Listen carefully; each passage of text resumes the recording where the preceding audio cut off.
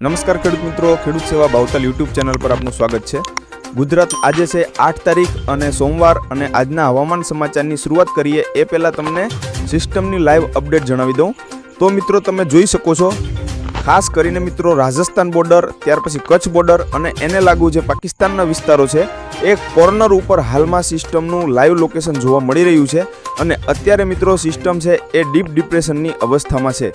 જો કે ગઈકાલે હવામાન વિભાગ દ્વારા પણ આ સિસ્ટમ છે એ ડિપ્રેશનમાંથી ડીપ ડિપ્રેશનની અંદર ફેરવાની એમની ઓફિશિયલી માહિતી છે એ આપી દેવામાં આવી હતી। પરંતુ મિત્રો ગઈકાલે સિસ્ટમ છે વધારે મજબૂત થઈ હતી અને સિસ્ટમની અંદર પવનો છે એ મિત્રો 70થી લઈને 80 કિલોમીટર પ્રતિ કલાકના ફૂંકાણા હોય એવા અહેવાલો છે એ પણ હવામાન વિભાગે જાહેર કરી દીધા હતા। અને મિત્રો અત્યારની અપડેટ પ્રમાણે, વહેલી સવારની અપડેટ પ્રમાણે સિસ્ટમ છે એ હજી પણ ડીપ ડિપ્રેશનની અવસ્થામાં છે। પરંતુ આપને ખાસ જણાવી દઈએ કે આ સિસ્ટમની અંદર જે પવનો છે એની અંદર સ્પીડ ઘટી છે। 50થી લઈ અને 60 કિલોમીટર પ્રતિ કલાકની ઝડપે પવનો છે એ ફૂંકાઈ રહ્યા છે અને હજી આ સિસ્ટમ છે મિત્રો આવનાર 16થી લઈ અને 24 કલાક દરમિયાન સક્રિય રહેવાની છે।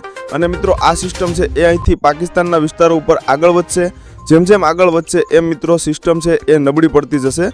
પરંતુ આ સિસ્ટમના કેટલાક ભાગો છે એ ગુજરાત ઉપર આવશે, જેમને કારણે ગુજરાતની અંદર આજે ભારેથી અતિ ભારે વરસાદ પડશે। આપણે જણાવી દઈએ કે આ સિસ્ટમ છે બંગાળની ખાડીમાંથી ઉદ્ભવી હતી।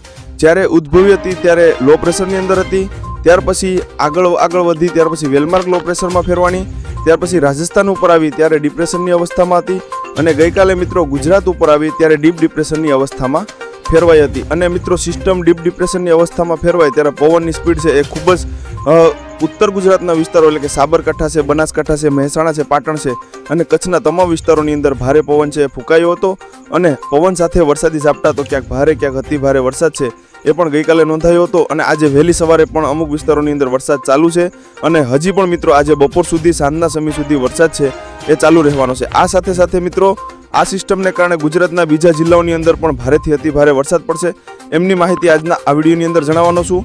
સાથે સાથે મિત્રો આ વરસાદનો રાઉન્ડ પૂર્ણ થશે ત્યાર પછી નવો એક વરસાદનો રાઉન્ડ આવશે એમની માહિતી પણ આજના આ વિડીયોની અંદર જણાવવાનું